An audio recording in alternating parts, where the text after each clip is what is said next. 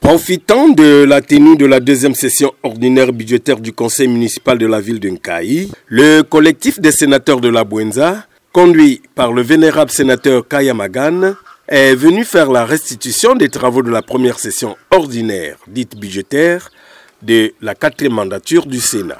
C'est par une minute de silence, en mémoire de distingué Philippe Mbongundamba, vice-président du conseil municipal décédé en décembre 2023, et Joseph Kamba, mort le 28 février, qu'a débuté la séance.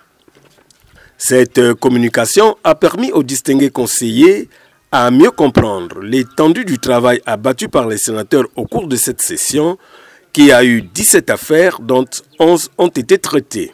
Des 17 affaires constituant l'armature de notre session budgétaire, 11 d'entre elles ont été traitées ou examinées et adoptées, et les 6 autres affaires, notamment les affaires numéro 5, 8, 9, 10, 11 et 14, ont été renvoyées à la prochaine session.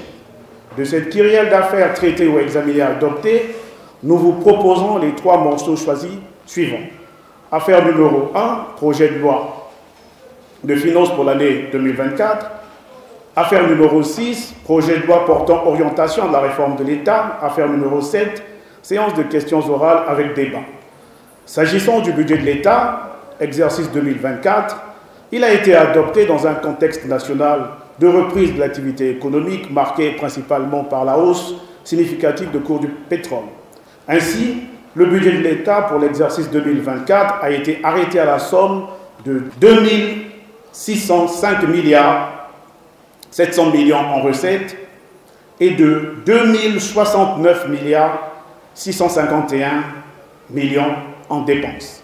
En revanche, le collectif des vénérables sénateurs de la Bwenza a prêté une ouïe attentive aux préoccupations exprimées par les grands électeurs, parmi lesquels la préoccupation relative au statut particulier des conseillers qui sont les grands électeurs de ce pays est toujours sur la table des discussions entre le Sénat et le gouvernement. Et donc, ce problème reste pendant. Nous continuerons à nous battre jusqu'à ce que nous trouverons en fait une solution qui arrangerait le gouvernement et les conseillers.